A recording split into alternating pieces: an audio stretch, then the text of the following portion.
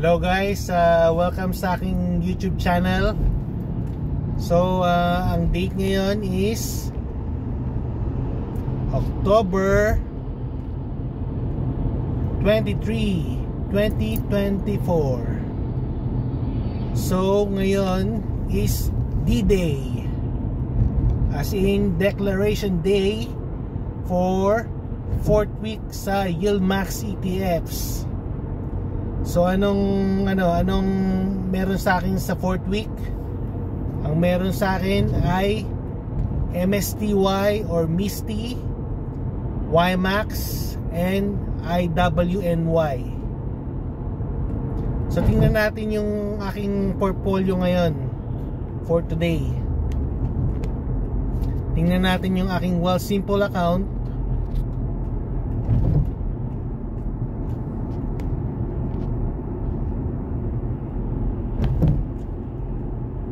So ngayon, inopen ko ang aking account. It's 27,620.89. So anong mga ginawa ko ngayon? Itong aking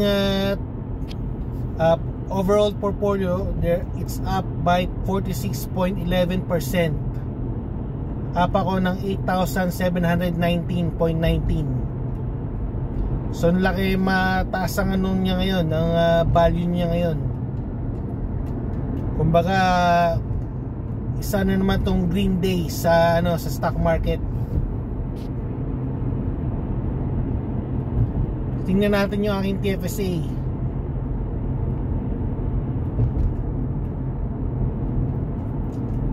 $12,619.29. Up ako ng 27.04%, which is 2,684.66. So ano mga binili ko sa TFSA? So bumili ako ng ALTI,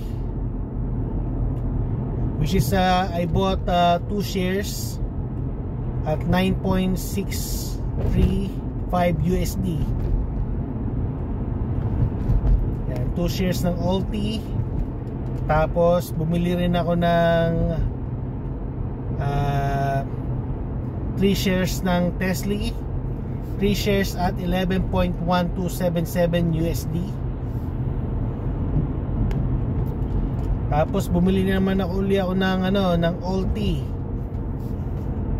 5 shares at 9.7992.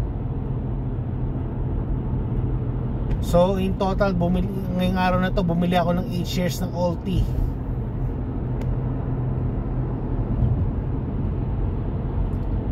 Tapos bumili na naman uli ako ng Tesla,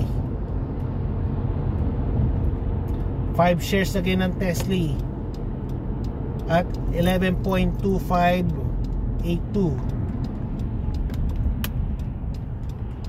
So ganito ang ginagawa ko ngayon. Bumibili ako ngayon ng TSLY saka ULTY. Kasi ano sila ngayon na below sila sa aking average cost.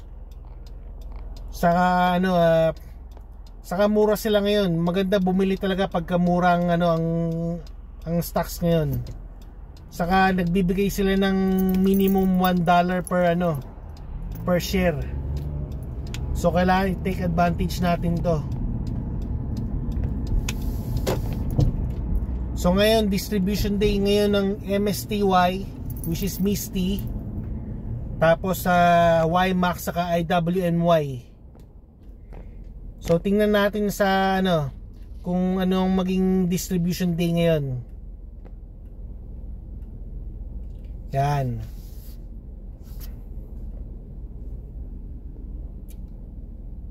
Tignan mo, YMAX 0.2268, YMAG.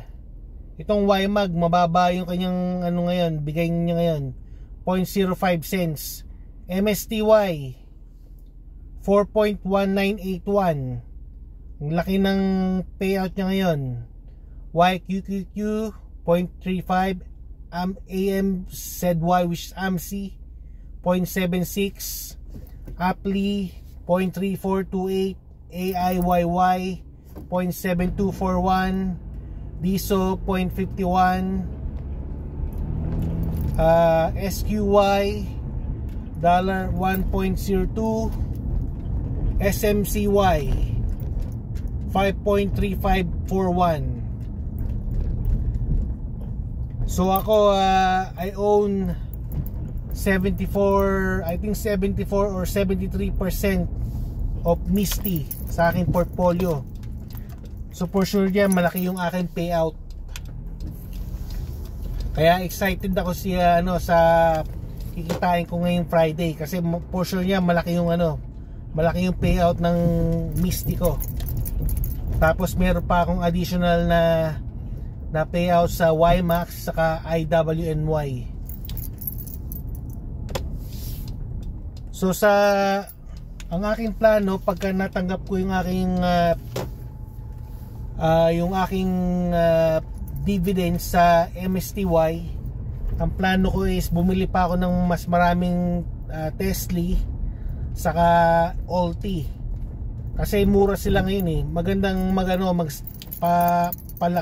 palakihin mo yung portfolio mo ng TSLY saka ULTY, kasi itong mga ETFs na to is nagbibigay sila ng $1, almost like $1 per share. Tapos yung ULTY, at least nung last time 82 cents, which is almost $1 na rin. So kung mas marami kang shares ng ULTY saka TSLY, kumbaga mas magandang mas magandang complement siya sa first week saka sa third week.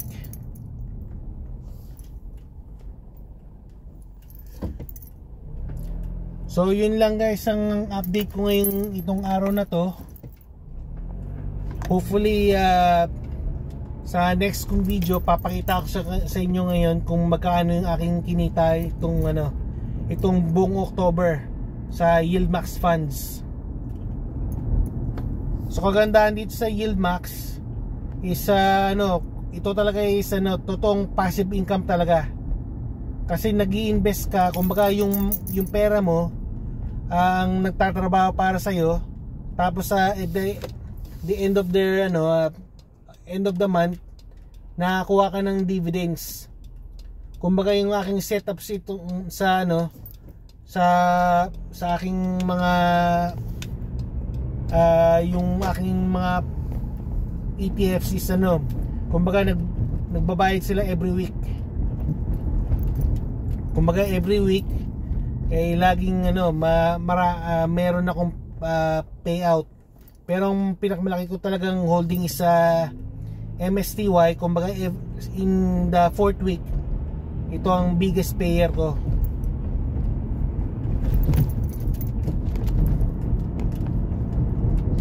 So yun lang guys ang masishare ko ngayon ngayong araw na to. Saka I just wanna let you guys know na re-remind ko uli kayo na hindi ako isang financial advisor. Ako ay isang amateur investor lamang. At hindi itong itong videos ko na to tungkol sa Yieldmax ETFs is only for entertainment purposes only. Kumbaga hindi ko kayo pinipilit or hindi ko sinasuggest sa inyo na mag-invest sa mga ganitong mga ETFs. Kumbaga sinishare ko lang sa inyo yung aking information sa aking investment journey. Saka hindi ako responsible sa inyong pag-invest, kasi ito ay aking sarili kong investment journey. So i-watch nyo lang ako kung paano ako yumaman, at or either kung ako ay ma-fail sa aking investment. Pero for sure yan the way na lumalago yung aking account, for sure yan mamimit ko yung aking goal na ma-replace ko yung aking dalawang trabaho. Una muna yung aking part-time job, kasi mahirap na rin yung tatrabaho ko ng ng dalawang trabaho, hindi rin maganda sa health. And pag lumaki to ng lumaki, hopefully yung full-time job ko ma-replace ko na rin. At itong account ko na to, itong portfolio ko na to, ito na yung magpapasweldo sa akin. So yun lang guys ang aking update for today. And so sa mga may mga account ETF dyan na MSTY, so go lang tayo kasi itong MSTY talaga ito siya talaga ang pinaka biggest pinaka the best na ETF ng Yieldmax. So anyway guys, thank you very much for watching, and I'll see you on my next video. Take care, bye.